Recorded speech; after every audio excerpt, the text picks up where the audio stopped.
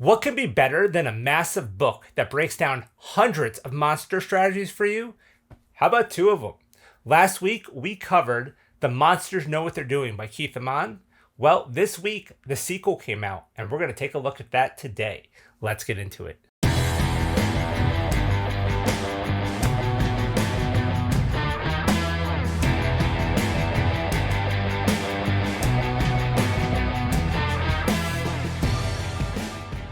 Hey everybody, I'm Joe, and this is the DM Toolbox, your place to get all the tools you need to enhance your D&D games.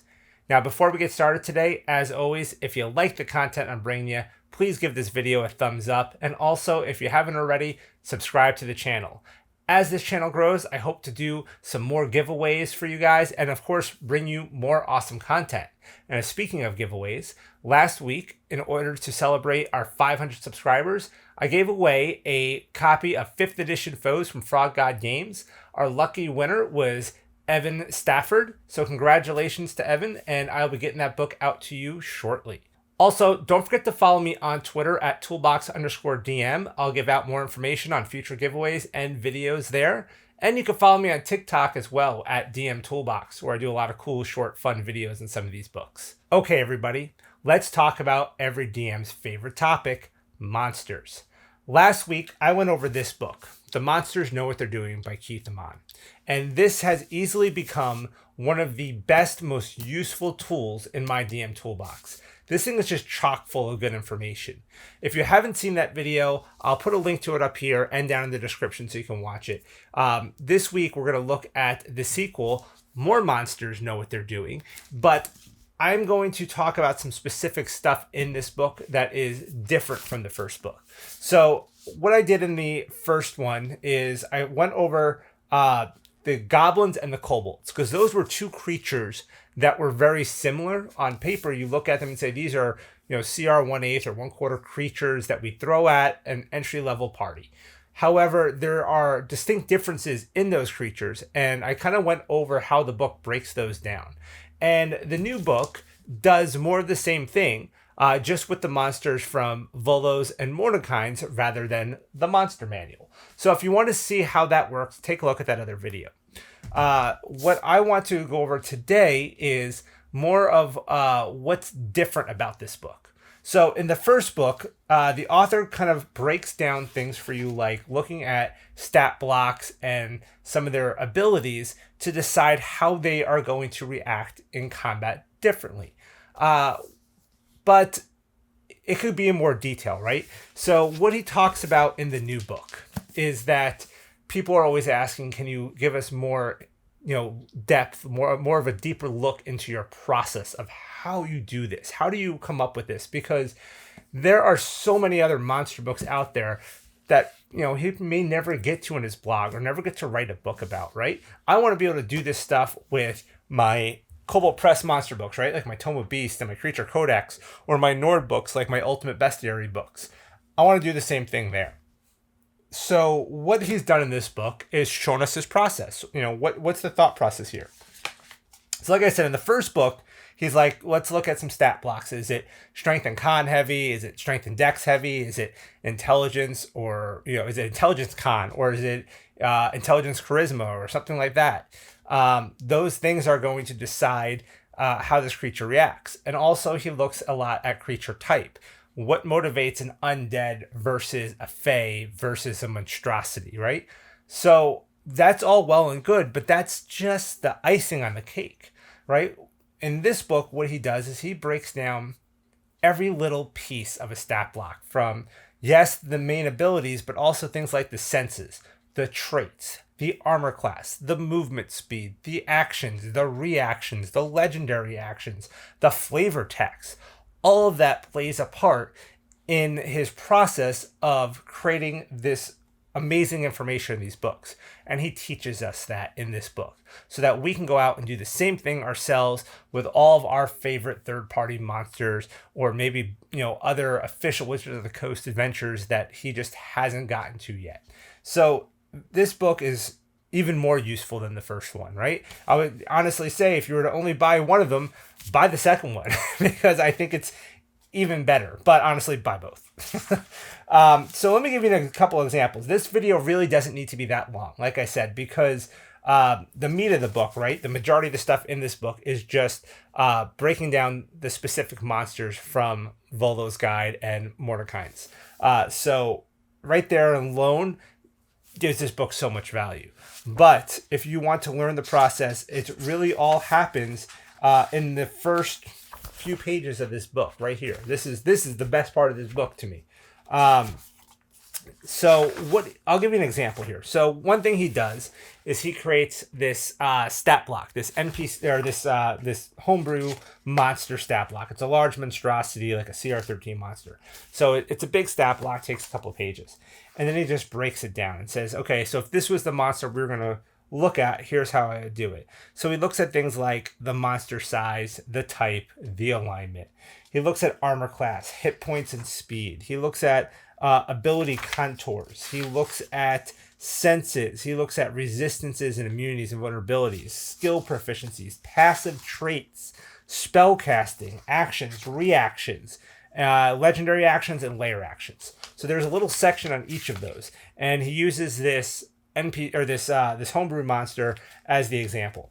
So without giving away too much, because I want you to go and get this book yourself, I'll give you a couple of smaller examples.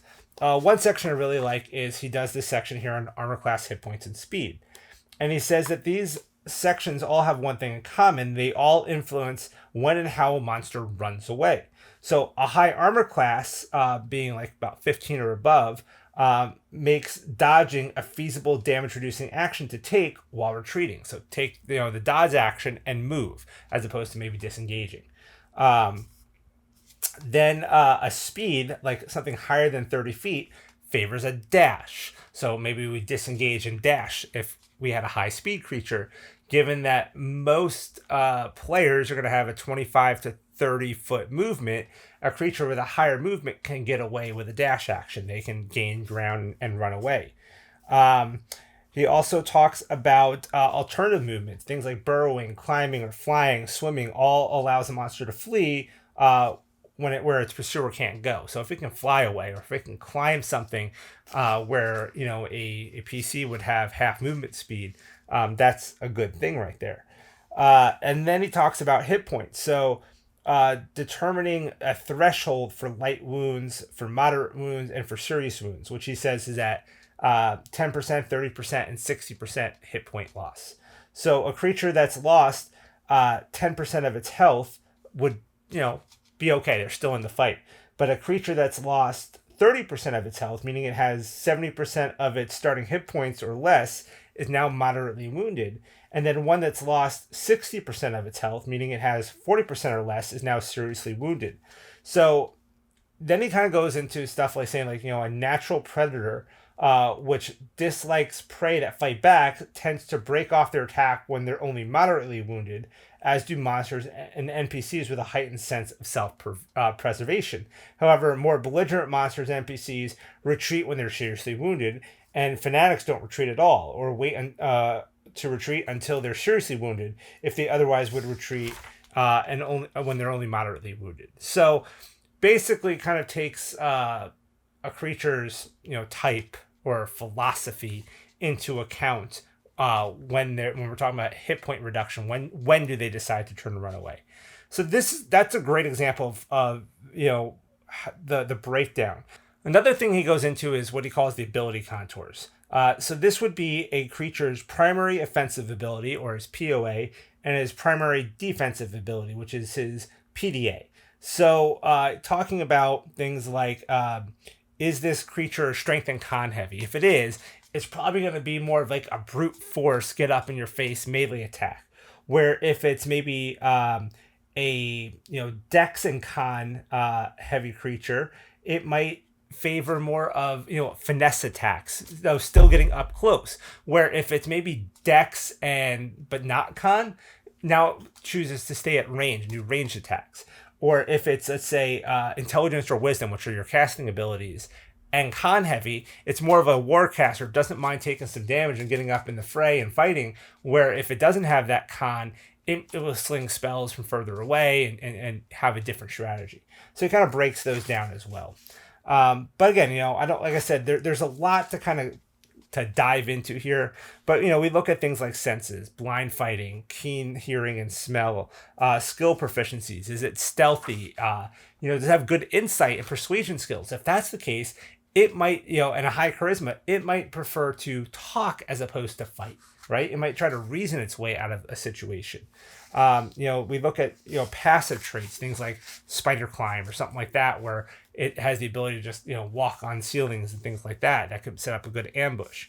So this is all super, super good information. All things that are going to help you as the DM create your own versions of these books, essentially, for any monster stat block, be it your own homebrew monsters or a third party or any other book that's not covered by these two books, right? So if you have these two books, you've got Monster Manual, Volos, and Mordenkainen's covered, but there's a lot of other monster books out there, and now you've got the knowledge to do this yourself. So between these two books, I have to say they are probably the most useful things I own as a DM. They are just chock full of good stuff, useful information.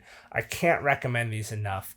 I would strongly urge you to get them if you haven't yet. I've got links for both of them down in the description below, as well as a book I have yet to pick up but intend to very shortly, which is another book Keith wrote about player tactics. So if you're a player, that's an amazing book to have as well.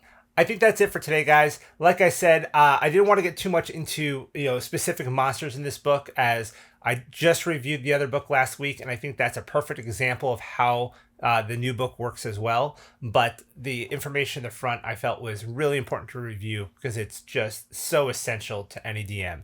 I really could not recommend these books more if I tried. So check out the links below. Pick these books up. You will absolutely not regret it.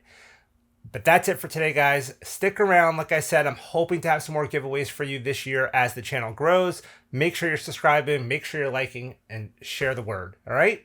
So that's it for now. Until next time, roll those dice.